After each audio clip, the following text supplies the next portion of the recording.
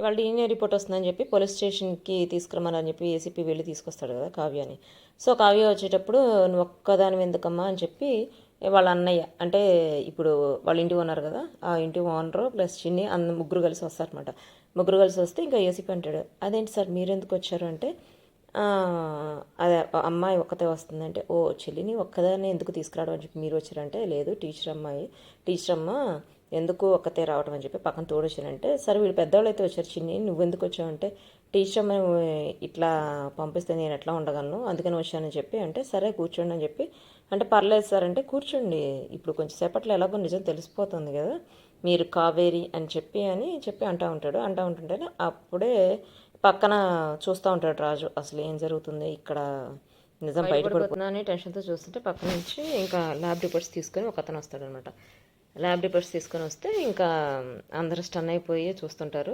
కావ్య అయితే ఇంకా అయిపోయింది నా పని అయిపోయింది నేను కావ్య నేను బయటపడిపోతుంది అని చెప్పి చూస్తుంటే అప్పుడు నిఖిల్ ఇంకా ఆ రిపోర్ట్స్ చూసి స్టన్ అవుతాడు ఫస్ట్. అంటే దానిలో కావేరి ప్లస్ చిన్ని ఇద్దరు డిఎన్ఏ మ్యాచ్ అవ్వపోయేటప్పటికి ఇంకా చూసి స్టన్ అయిపోతుంటే ఇంకా అయిపోయింది కావేరి కావ్య అనుకుంటుంది అయిపోయింది నేను బయటపడిపోయాను అని చెప్పి అనుకుంటూ ఉంటే అప్పుడు అడుగుతాడనమాట వాళ్ళ మావయ్య అంటే కావేరి వాళ్ళ అన్న ఏంటి సార్ ఏమైంది అంటే కావేరి అని చెప్పి అనేటప్పటికి ఇంకా స్టన్ అయిపోయి అంతే చూస్తుంటాడు. అంటే కావేరీ రిపోర్టు ఇద్దరి మ్యాచ్ అయిందా డిఎన్ఏ అని చెప్పి అంతే చూస్తుంటే అప్పుడు చెప్తాడు కావేరీ కాదు అంటే డిఎన్ఏ రిపోర్ట్ మ్యాచ్ అవ్వలేదు తను కావేరీ కాదు ఉషా అని చెప్పి వచ్చింది రిపోర్ట్ అని చెప్పి అంటాడు. అంటే ఇంకా నేను చెప్పాను కదా సార్ ముందే తను కావేరి కాదు ఉషాని అని చెప్పి తను నా చెల్లెలు కాదు నాకు ముందే తెలుసు అని చెప్పి అతను అంటాడు.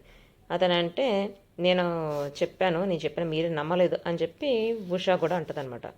ఉషా కూడా అంటే అసలు ఈ ఎక్స్ప్రెషన్స్ ఏంటంటే కావేరి అనేటప్పటికీ నిజంగానే కావేరియా అని చెప్పి అన్నట్టు ఎక్స్ప్రెషన్. ఇప్పుడు రాజు అయితే తను కావేరి కాదని చెప్పేటప్పటికి రిలీఫ్గా ఫీల్ అవుతాడు. ఇక్కడ కూడా ఓ బతికిపోయాను అన్నట్టు ఎక్స్ప్రెషన్ పెడుతుంది మన కావ్య గారు.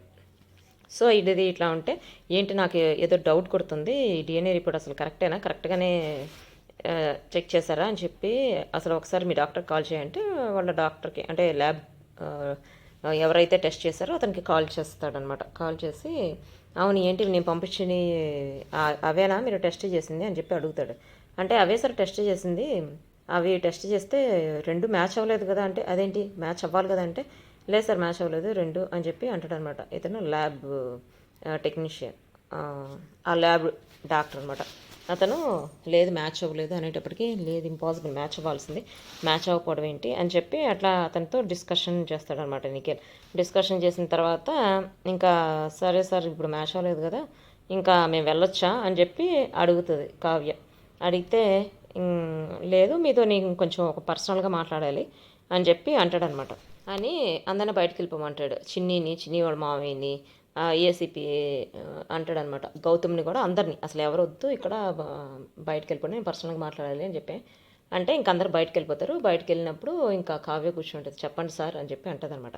అంటే మీరు చట్టంతో ఆడుకోకూడదు, చట్టం మీ చుట్టం కాదు, ఇష్టం వచ్చినట్టు మీరు ఇట్లా ఆడుకుంటే కరెక్ట్ కాదంటే ఏం మాట్లాడుతున్నారు అయినా నేను ఎందుకు చట్టంతో ఆడుకుంటున్నాను నేను ఆడుకుంటున్నారా మీరు ఆడుకుంటున్నారా అని చెప్పి కొంచెం డిఫరెంట్ లాంగ్వేజ్లో అట్లా మాట్లాడుకుంటుంటారు అనమాట. ఇంకొక వైపు వచ్చేసి రాజు ఆలోచిస్తుంటాడు తను యాక్చువల్గా ఎట్లా బయటపడిందంటే తను వచ్చేసి ఇక్కడ వీళ్ళిద్దరూ డిస్కషన్ వచ్చేసి ఇంకా నా జోలికి రావద్దు ఇప్పుడు ఆల్రెడీ డిఎన్ఏ రిపోర్ట్లోనే తెలిసింది చిన్ని నా కూతురు కాదని చెప్పి అంటే నాకు మీ స్టోరీ మొత్తం తెలుసు మీరు ప్రెగ్నెంట్గా ఉన్నప్పుడు జైలుకి వచ్చారు మీరు జైలుకి వచ్చిన తర్వాత అక్కడ ఒక పాప పుట్టిన తర్వాత 10 సంవత్సరాలకు బయటకు వదిలేరు తన కోసం ఎంత మీరు పరితపించారో ఒక తల్లిగా ఎంత బాధపడ్డారో నాకు తెలుసు నేను విన్నాను కానీ మీరు ఇప్పుడు ఇట్లా చట్టంతో ఆడుకోవడం అయితే కరెక్ట్ కాదు మీరు కావేరి అని తెలిసినా కూడా మీవి ఏవి బయటపడట్లేదు నేను ఫస్ట్ అన్నయ్యని జైల్లో పెట్టి ఇంటర్వ్యూషన్ చేయించినా మీరు బయటపడలేదు నెక్స్ట్ మీ వెళ్ళి డెహ్రాడూన్లో అక్కడ మొత్తం సెర్చ్ చేసి మీ గురించి కనుక్కున్నా కూడా అక్కడ కూడా బయటపడలేదు అసలు మీ వెనక ఎవరో ఒక అదృశ్య శక్తి ఉంది లేకపోతే డిఎన్ఏ రిపోర్ట్ కూడా బయటపడకుండా చేశారంటే అదృశ్య శక్తి ఎవరో కనిపెడతాను అని అంటే అప్పుడు అంటది కావేరి నేను స్పోర్ట్స్ కోటాలో జాబ్ తెచ్చుకున్నాను ఇంకా నీ పని చూసుకున్న బచ్చా అన్నట్టు అట్లా మాట్లాడుతుంది.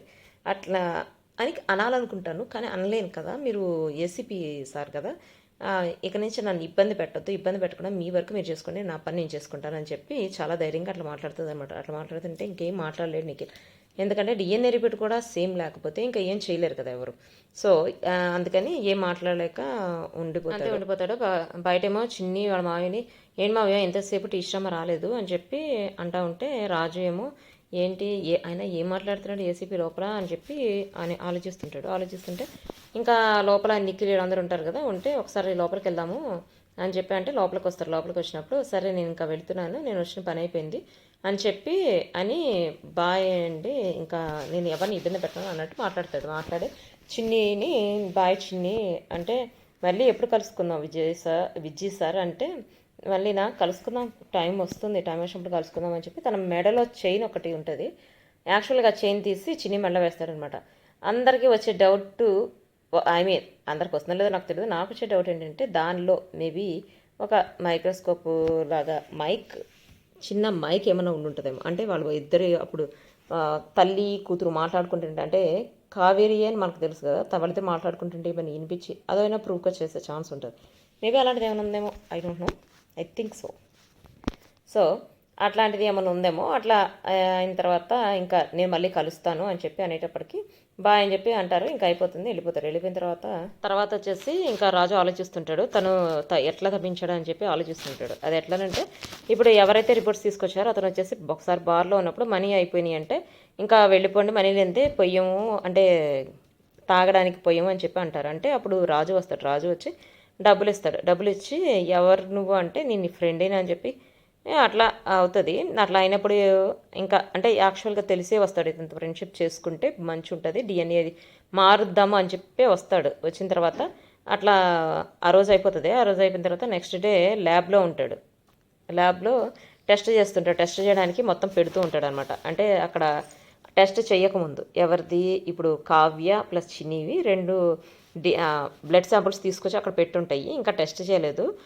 ఏంటి ఏం చేస్తున్నావు, బిజీగా ఉన్నావా, నీకోసమని మళ్ళీ క్వార్టర్ తీసుకొచ్చానంటే ఇప్పుడు అంటే ఏం బిజీగా ఉన్నావా అంటే ఏం లేదు అంటే మరి మన గ్లాస్ ఫ్రెండ్స్ అదేంటంటే మనం అక్కడ బార్లో కలిసాం కదంటే సరే వేద్దామంటే వేద్దాము ఉండు ఇవన్నీ పక్కన పెట్టేస్తానని చెప్పి అక్కడ బ్లడ్ శాంపుల్స్ పక్కన పెట్టేసి వెళ్ళిపోతే ఏం చేస్తాడంటే రాజు వచ్చేసి ఆ బ్లడ్ శాంపుల్స్లో నుంచి కావ్య బ్లడ్ శాంపుల్ తీసేసి వేరే వాళ్ళ బ్లడ్ శాంపుల్ పెడతాడు. సో అక్కడ జరిగింది అక్కడే మారిపోతుంది. సో అలా మారినప్పుడు నెక్స్ట్ టెస్ట్ చేసిన తర్వాత వేరుగా